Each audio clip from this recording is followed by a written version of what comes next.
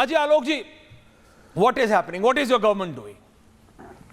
आखिरकार दशहरे वाले दिन ये बुराई का अंत होगा कैसे, पूछता है भारत। अजय आलोक 60-40। देखिए ऐश्वर्या जी, आदिकाल से आज हम विजयादशमी का त्यौहार मनाते हैं और रावण, मेघनाथ, कुंभकर्ण की प्रतिमाएं जलाकर एक सिग्नल, एक संदेश दिया जाता है कि अधर्म पे धर्म की जीत हुई है। और भारत में अक्सर होते भी रहा है कि अधर्म पे धर्म की जीत हुई है और बुराई का विनाश होता है। तो बुराई का विनाश तो हो ही रहा है। आप देखिए पिछले 11 सालों में कितनी बुराइयों पे हमने काबू पाया। क्या बॉम्ब ब्लास्ट होते हैं देश में? क्या ट्रेन में ब्लास्ट होता है? क्या कहीं बम फटते हैं? रेडियो बम की सूचना मिलती है? ये सब तमाम चीजें क्या है? ये बुराई पे काबू पाके ही तो हो सका है। पिछले 11 वर्षों में देश में कहीं कम्युनल दंगे हुए? बरेली में करने की कोशिश की, क्या कर दिया? ये बुराई पे सच्चाई की जीती तो है।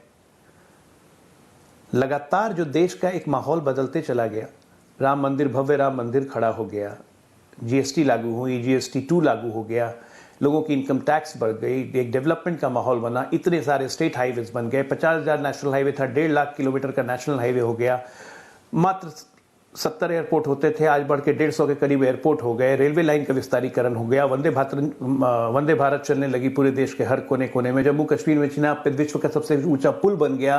आप लाइन से अगर गिनाते जाइए पिछले 11 वर्षों की उपलब्धि, तो आपका शो का टाइम ही खत्म हो जाएगा।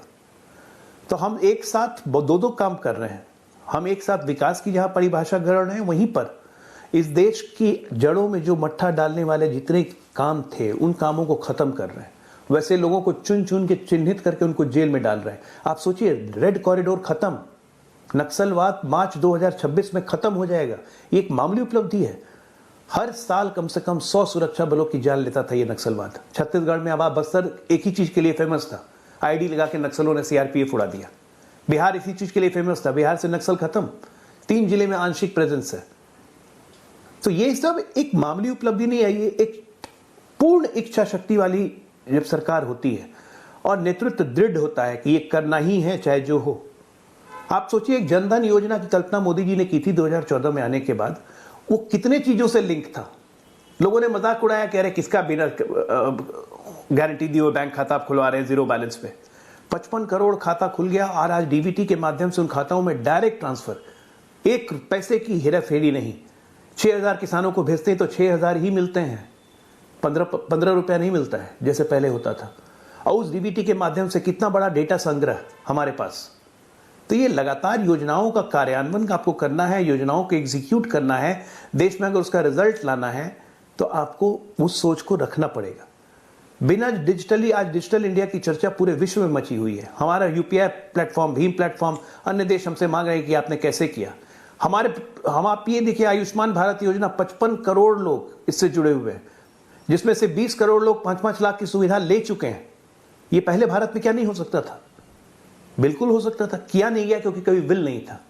डिजिटल पेमेंट की बात करने पे अर्थशास्त्री मजाक उड़ा देते थे, ये कैसे आप करेंगे, गांव वाला वाईफाई कैसे चलाएगा। आज देखिए हर गांव में, हर कस्बे में यूट्यूब धलाधर गांव वाले देख रहे हैं, शहर से ज्यादा देख रहे हैं।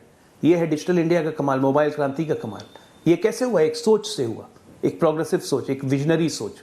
आर्म फोर्सेस, बात करते थे आर्म फोर्सेस के पास बुलेट प्रूफ जैकेट नहीं है, उनके पास स्नो शूज नहीं है। आज हमारी arm forces one of the best defence forces in the world है।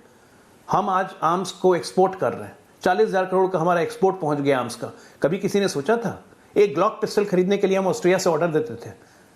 परमाणु सब धमाका कर चुके थे, लेकिन पिस्टल हमारे देश में नहीं बनती है। आज हमारे गांधी परिवार जी के अमेठी में AK सीरीज की राइफल मैन्युफैक्चरिंग हो रही है, जिसको पूरे वर्ल्ड में एक्सपोर्ट किया जाएगा। ऑटो सेक्टर्स हम पूरे वर्ल्ड में एक्सपोर्ट कर रहे हैं, मोबाइल हम पूरे वर्ल्ड में एक्सपोर्ट कर रहे हैं।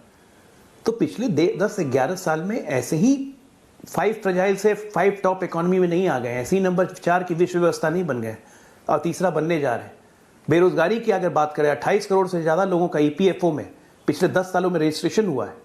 रोजगार की बात करें, बेरोजगारी का यहाँ पे कॉन्सेप्ट जोड़ा जाता है कि सिर्फ सरकारी नौकरी बेरोजगारी। अरे आप रोजगार देखिए, कितने सारे स्टार्टअप्स, कितने सारे यूनिकॉर्न भारत में खुले हैं। ये अपने आप में एक विश्व रिकॉर्ड है। आई एम श्योर बहुत लोगों को यूनिकॉर्न क्या होता है नहीं पता होगा, आप बता दीजिएगा ऐश्वर्या जी। यूनिकॉर्न का जब टाइम आएगा ये समझाने सब का बिल्कुल लगातार समझा दूंगा विकास जी। के काम है। उत्तर प्रदेश लेकिन हमारा, नहीं, मैं आपकी बात समझ रहा हूं, लेकिन आप अनुराग ये भदौरिया देखिए, has a different. Uttar Pradesh 1 trillion की इकोनॉमी बनने जा रहा है। अनुराग भदौरिया सोमनाथ उत्तर भारती दोनों को प्रदेश लाइए। एक्सप्रेसवे किंग स्टेट है, एक्सप्रेसवे किंग स्टेट। देखिए अनुराग भदौरिया, अभी मैं इनको देख रहा था, अभी से लखनऊ में थे 4 घंटा पहले। एक हट से गाड़ी उठाते हैं, 3.5 घंटे में पहुंच जाते हैं नोएडा। फ्राइडे आपको क्या पता है इनके पास चार्टर नहीं जाते हैं लखनऊ। Why are you ये सब demeaning योगी him? के कारण ना। अगले के पास चार्टर हो तो, अगले के पास चार्टर हो तो, अगला चार्टर में चलता है, आप उसको गाड़ी में चला रहे हैं। समाजवादी नेता हेलीकॉप्टर होगा, कोई हैं, बात आप उनको हल्के में ले रहे हैं। अनुराग भदौरिया नहीं। हल्के में मत लीजिए। भाई अनुराग भदौरिया, समाजवादी नेता हेलीकॉप्टर में मछली खाते हैं और चार्टर में प्लेन में केक काटते हैं। हम लोग सबने ओके, देखा। Back on topic. Thank you very much. Dussehra है आज, सुन लीजिए। Thank you Anurag ji, time is yours. दशहरे के शुभ अवसर पर सभी हमारे साथियों को, देशवासियों को बहुत सारी शुभकामनाएं। अब सवाल आपने कहा कि आज के दिन महंगाई का रावण, बेरोजगारी का रावण, भ्रष्टाचार रूपी जो रावण है, ये इनका तो वध होना चाहिए, जो नहीं होता है। सोमनाथ जी भी डाल दो। महंगाई वाला रूपी रावण तो हमेशा खड़ा है, बेरोजगारी वाला भी खड़ा है, भ्रष्टाचार वाला भी खड़ा है। जो झूठी झूठी बातें बता रहे थे, इन्होंने कहा था हम आएंगे बुलेट ट्रेन चला देंगे, तो बुलेट ट्रेन चल गई क्या? मैं इनसे पूछना चाहता हूँ। 2 करोड़ रोजगार देने की बात की थी प्रत्येक साल में, हो गया क्या? वो भी चलने ही वाली है। लोगों को आपने लाइन में लगा रखा है। 5 किलो चावल, 5 किलो आटा, 5 किलो चावल, 5 किलो आटा में जीने पे मजबूर किए हुए आप। किसान की इनकम दुगनी करने की बात की थी, हो गया क्या? नोटबंदी की थी कि आतंकवाद एकदम खत्म हो जाएगा, हो गया क्या? लंबी लंबी बातें, digital India, make in India, ये सब जो डायलॉग हुआ करते थे, जब इलेक्टोरल बॉन्ड का डाटा मांगा तो डिजिटल इंडिया से निकालने में बड़ा टाइम लग गया था, समय लग गया था, आप भी जानते हैं। दूसरी बात, टेक्नोलॉजी की बात करें, टेक्नोलॉजी तो समय से आगे बढ़ती ही है, एडवांस टेक्नोलॉजी होती ही जाती है, इसमें आपका कोई योगदान नहीं है प्रभु। ये तो पूरे विश्व में टेक्नोलॉजी बढ़ रही है। मोबाइल जब पूरे विश्व में आया था तो इंडिया में भी आया था। ऐसा तो है नहीं कि आपने अलग से कोई ऐसा टेक्नोलॉजी बढ़ा दी हो जिससे कि बहुत बड़ा फायदा हो गया हो। एक्सप्रेसवे की बात कर रहे हैं, बाल पकने पे लोग बाल काले करवाते हैं, तो लखनऊ आपके नेता बाल लाल करवाते हैं। आगरा से दिल्ली एक्सप्रेसवे ये समाजवादियों ने बनाया हुआ है, समाजवादी की देन है जो एक्सप्रेसवे हमने बनाया है, उसी से हम जल्दी पहुंचते हैं और आपके नेता भी उसी से जल्दी पहुंच रहे हैं। आगरा दिल्ली आपने बनाया है, क्योंकि हमने तो आगरा दिल्ली आपने बनाया है, सभी जात धर्म के लोग चलते हैं, सभी भदौरिया आगरा दिल्ली आपने बनाया है। तो आप चलो, आप आगरा यमुना एक्सप्रेस पे आगरा आपने जाओ बनाया है और आगरा से दिल्ली पहुंच जाओ। तो भाई आपने तो नहीं बनाया ना, बस अब चुप हो जाओ। आप काहे हल्ला मचा रहे हो? आपने तो नहीं बनाया ना, टीवी में झूठ मत बोलिए, तो आप क्यों जबरदस्ती दूसरे में टीवी में मत बोलिए, कोशिश कर रहे हैं? इतना झूठ टीवी पे नहीं। मैं आपके बीच में नहीं बोला, इससे पता चल रहा है कि आप बौखला गए। अरे भाई बौखलाओ मत, परेशान हूं मैं, आपके बीच में नहीं बोला। माना कि आप मेरे कलर में रंगे हुए हो, आज दशहरे के दिन आपको लगा कि शुभ दिन है, हम भदौरिया जैसा शर्ट या कलर पहन ले तो मेरी जैसी आत्मा थोड़ी हो जाएगी।